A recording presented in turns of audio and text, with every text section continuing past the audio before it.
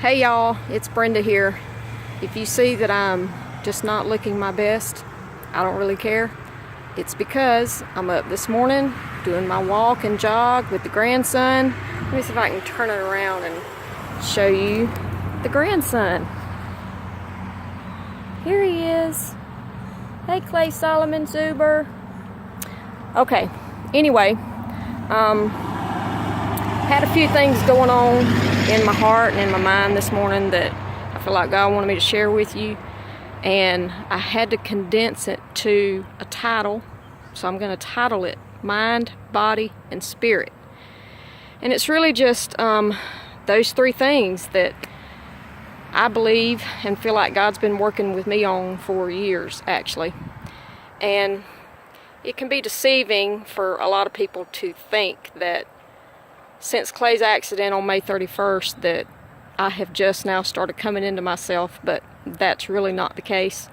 A lot of the people that are getting to know me better now just didn't know me a lot, even if it was my family.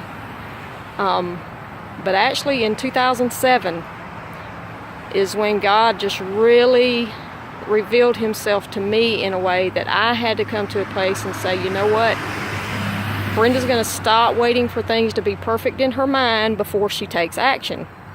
Whether that had to do with a job, raising my kids, being with my husband and the way I interacted with him, or church functions, or whatever it was. In 2007, I can honestly say that I purposely started living. And that looked a lot of different ways. But I also purposely decided to just try to, as much as I could, joyfully walk in every season that he had me in. And I was the busiest that I had ever been, became busier than I had ever been. From 2008 to 2010, I had 4 part-time jobs. 2 of those were a substitute bus driver for the school system in 2 different counties. Yes. That is not fun. It is not easy. But sometimes it's just where God wants you to be. And at the same time, I had 2 teenagers in school. That should be enough said right there. One of them was in band. And my husband worked out of state.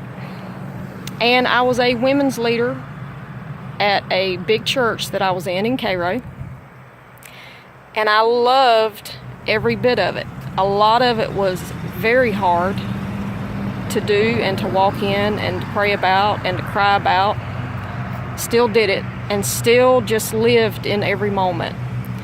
Fast forward to 2016, and my husband unexpectedly goes home to be with the Lord on May 31st. And it just immediately caused me to be in a completely different place in every area that you can imagine.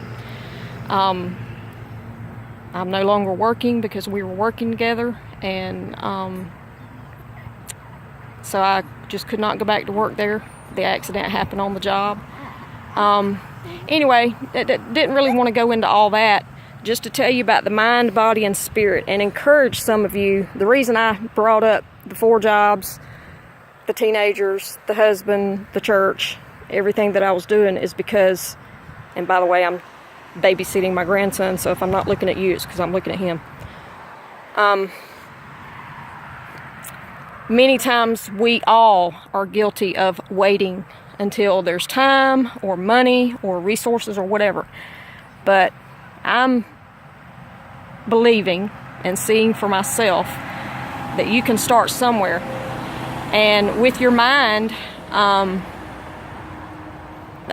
yes, I come from I look at everything from a Christian perspective, but in your mind you can ask God for wisdom. He says in his word that he will give you wisdom when you ask for it.